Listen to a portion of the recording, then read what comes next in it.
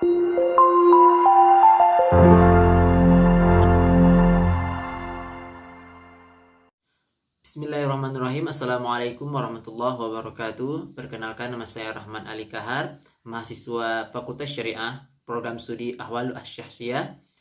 Baiklah, pada kesempatan yang berbahagia ini saya akan memaparkan hasil penelitian saya yang berjudul Kekuatan Hukum Hasil Rukyatul Hilal yang terdokumentasikan dan tidak disebutkan oleh hakim menurut ahli falak dan pasal 52A Undang-Undang Nomor 3 Tahun 2006.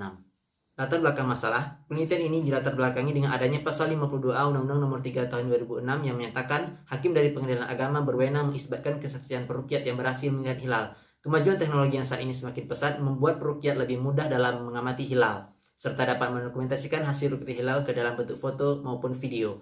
Adanya aturan tersebut menimbulkan suatu permasalahan apabila peruqyat tidak mengikutsertakan hakim di dalam pelaksanaan rukyatul hilal, yang berdampak pada kekuatan hukum hasil rukyatul hilal yang terdokumentasikan dalam bentuk foto maupun video. Rumusan masalah. Pertama, bagaimana pendokumentasian hasil rukyatul hilal oleh ahli falak. Yang kedua, bagaimana kekuatan hukum hasil rukyatul hilal yang terdokumentasikan dan tidak disebutkan oleh hakim menurut ahli falak. Yang ketiga, bagaimana kekuatan hukum hasil rukyatul hilal yang terdokumentasikan dan tidak disebutkan oleh hakim menurut pasal 52A Undang-Undang Nomor 3 Tahun 2006. Tujuan penelitian. Pertama, untuk mengetahui pendokumentasian hasil rukyatul hilal oleh ahli falak. Kedua, untuk mengetahui kekuatan hukum hasil rukyatul hilal yang terdokumentasikan dan tidak disebutkan oleh hakim menurut ahli falak. Yang ketiga, untuk mengetahui kekuatan hukum hasil rukyatul hilal yang terdokumentasikan dan tidak disebutkan oleh hakim menurut pasal 52A Undang-Undang Nomor 3 Tahun 2006. Metode penelitian. Pertama, pendekatan penelitian, yaitu pendekatan yuridis normatif. Kedua, jenis data penelitian, data pustaka. Yang kedua, data lapangan. Sumber data penelitian, yang pertama data primer dan data sekunder. Kemudian teknik pengumpulan data, yaitu teknik wawancara, dokumentasi, dan studi pustaka. Selanjutnya teknik analisis data, yaitu teknik analisis deskriptif kualitatif dengan cara data-data yang telah didapat dari objek penelitian yang kemudian disajikan secara sistematis dalam rangka menjawab suatu permasalahan dari sebuah penelitian. Hasil dan pembahasan. Yang pertama, pendokumentasian hasil rukyatul hilal oleh ahli falak.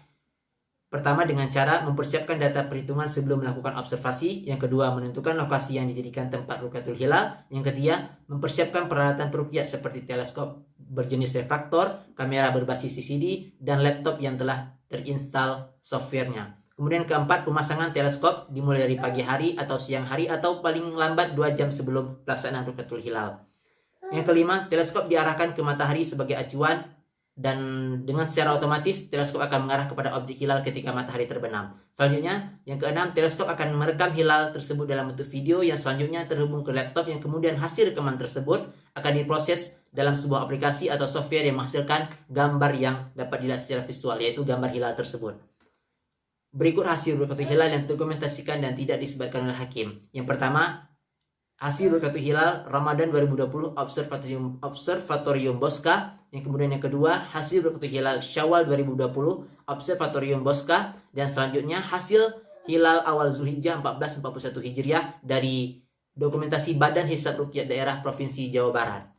Selanjutnya, kekuatan hukum. Yang kedua, kekuatan hukum hasil rukyatul hilal yang terdokumentasikan dan tidak disebutkan oleh hakim menurut ahli falak.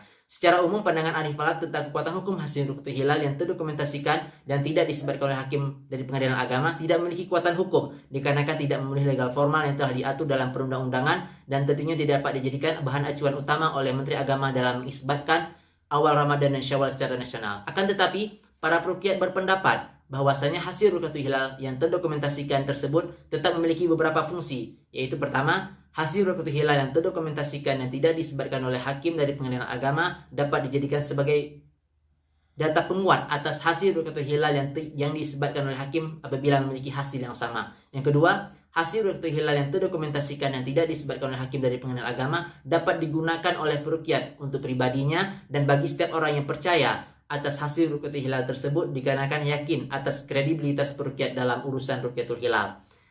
Selanjutnya, yang ketiga, kekuatan hukum hasil rukyatul hilal yang terdokumentasikan dan tidak disebutkan oleh hakim menurut pasal 52A Undang-Undang Nomor 3 Tahun 2006. Secara hukum, berdasarkan pasal 52A Undang-Undang Nomor 3 Tahun 2006, hasil rukyatul hilal tersebut yang terdokumentasikan dan tidak disebutkan oleh hakim tidak memiliki kekuatan hukum karena tidak memenuhi legal formal yang telah diatur dalam perundang-undangan, sehingga hasil rukyatul hilal tersebut tidak dapat dijadikan bahan acuan utama.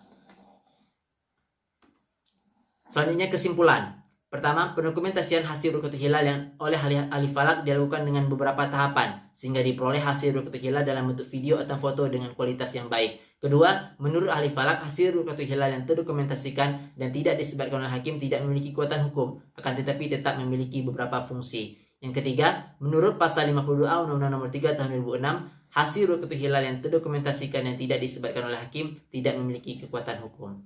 Sekian dari saya, apabila ada kekurangan mohon dimaafkan. Billahi taufik wal hidayah. Wassalamualaikum warahmatullahi wabarakatuh.